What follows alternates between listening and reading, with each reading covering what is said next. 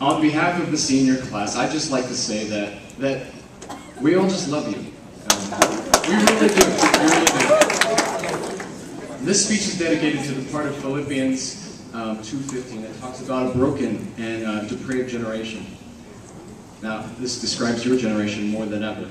Now listen to me. You live in a world where divorce and suicide and pornography and abortion are rampant all over the place. And that's just to name a few things. With divorce rates pushing 50% and a teen suicide rate at 8%, and abortion rates climbing to things like 22%, and pornography just, oh gosh, a few clicks away. We truly live in a fallen and broken world. Well, here at Dayton Christian, you're taught biblical values. Now, whether you're a Christian or not, you will graduate with more knowledge than a lot of other Christians ever will. Next year is your final chapter at Dayton Christian High School, and you will be challenged more than you ever have been before. Now, between tough classes and finding a college and entering the workforce, you're going to experience new cultures, new friendships, and a new and more mature way of living and thinking. What are you going to do with statistics like these? What does it provoke inside of you? Are you going to become a statistic like this? I promise you that you will be exposed to the crooked paths in new ways and in forms you've never been exposed to them before. When it happens, and not if it does, but when, those 50%, those 20%, those 8% aren't going to be ink on paper anymore. They're going to be written on your heart. Because most likely, you're going to know somebody who is part of a divorce, or has to get an abortion, or commit suicide.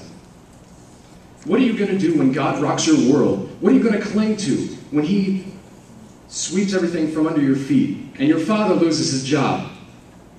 Or are you going to say, "Oh, curse you, God"? Or are you going to say, "Blessed be your name"? As a representative of the senior class, it is my prayer that over the course of this year, we have bestowed upon you the kind of leadership that will be required of you next year. The kind of leadership that reaches out to the lost and the poor and the broken. The leadership that says no to gossip. The leadership that says no to immorality. Leadership with a servant's heart that can make a leader from a simpleton. It is my prayer that you will carpe all 180 diems. It is my prayer that you will not wish away a single day, letting it lay waste to television or movies or online gaming. It is my prayer that you will rise up to the call of leadership, taking the lessons learned from our class so that you can be better seniors than we ever could be. It is my prayer that you will pursue excellence in all you do. It is my prayer that you will love with the love that Christ has loved you. And finally, it is my prayer that each and every one of you will invest in the life of an underclassman. You have the power to change their life. Your words, your actions, don't ever think they're not watching, because they are. They may not admit it, but they really do look up to you. If just one of you invests in the life of an underclassman and points him in a new direction, then our duty as seniors has been fulfilled. We've accomplished our goal.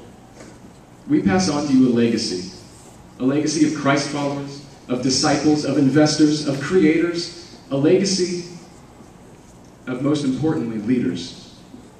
We all may be going different directions next fall, but we all have one thing in common. We'll come back expecting to hear incredible things about you, what you're going to do next year. So juniors, welcome to the club. Carpe the diems and rise up to the call.